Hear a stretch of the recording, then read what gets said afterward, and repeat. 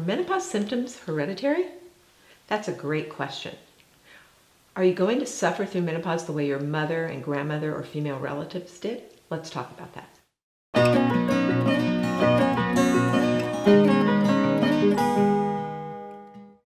Menopause symptoms do have a hereditary aspect to them, meaning that when you go through the change of life, it is very likely that you will go through the change and suffer similar symptoms that your female relatives did, particularly your mother, grandmother, or older sisters.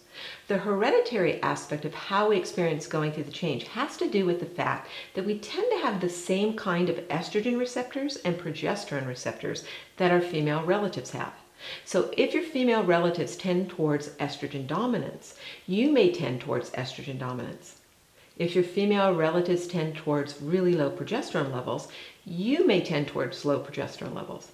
So when you go through the change, starting in perimenopause, and your progesterone is falling, and progressing through menopause where your estrogen is falling, then you may have similar symptoms as your mother did or your grandmother. So if your mother really suffered badly from hot flashes and insomnia, you may as well. But it's not that simple.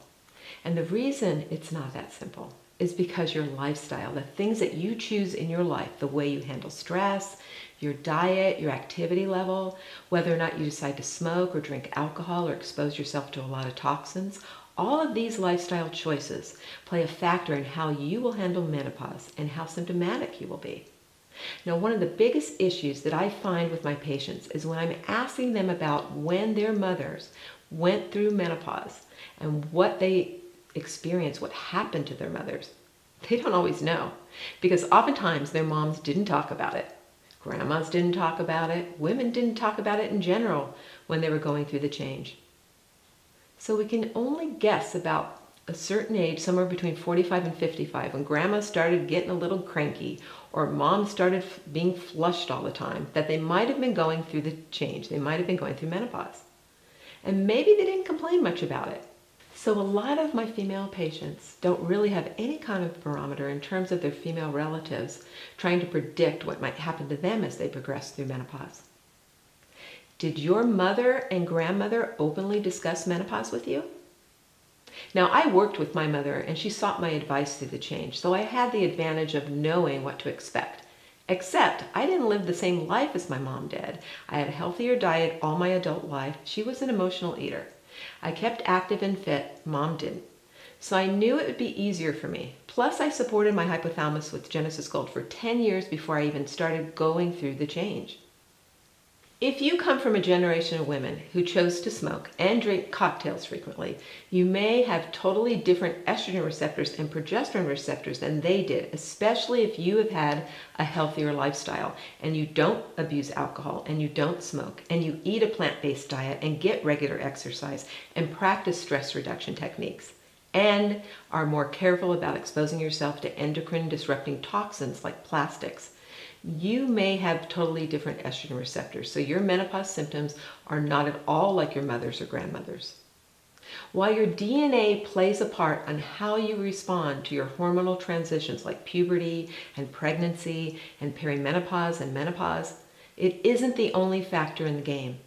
I want you to think about your DNA like a deck of cards. Let's say you're dealt a bad hand, challenging DNA, but you also have a stack of cards that you can trade for. These represent genes that may not be expressed when you're born, but can express themselves later in life, according to the lifestyle choices you make. It's not necessarily what cards you've been dealt, it's how you play your hand, how you live your life that influences your health and the ways you experience the change. Your lifestyle choices affect your genetics. Now, oftentimes we mimic our mother and our grandmothers because we were raised by them. So we eat the same way, we have the same activity level, we have the same expectations of how we're going to go through the change, and we manifest it. So is it hereditary or is it mind over matter? I think it's a little bit of both. So if your mom really suffered through menopause with her symptoms, then it's really important that you focus on cleaning up your lifestyle, eating a really nutritious plant-based diet, avoid toxins, don't smoke, limit your alcohol intake. Make sure you're consuming fatty fish or taking fish oil supplements so that you can improve your metabolism of estrogen. And make sure you're supporting your hypothalamus. Believe me, your mom did not have the opportunity in any kind of supplementation to support her hypothalamus through the change, but you do. Menopause can be a graceful transition if you choose to support your hypothalamus. That's why I created Genesis Gold, to help you support your hypothalamus to make these hormonal transitions as easy as possible. Now, if you have any questions about your menopause symptoms, please join us in our Hormone Reboot training, where you'll get access to our hormone support group. It's an amazing way for you to get your questions answered. I do regular Facebook Lives so that you can easily get the answers you need when you need them. All about your hormone questions, all about your menopause symptoms. So join us. And remember, what you choose in your life is way more important in terms of the kind of menopause symptoms that you're going to have than what your DNA dictates. You can change your heredity through your lifestyle choices.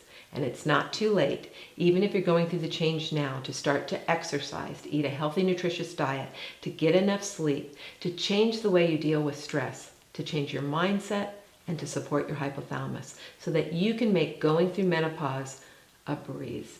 I'll see you in the next video.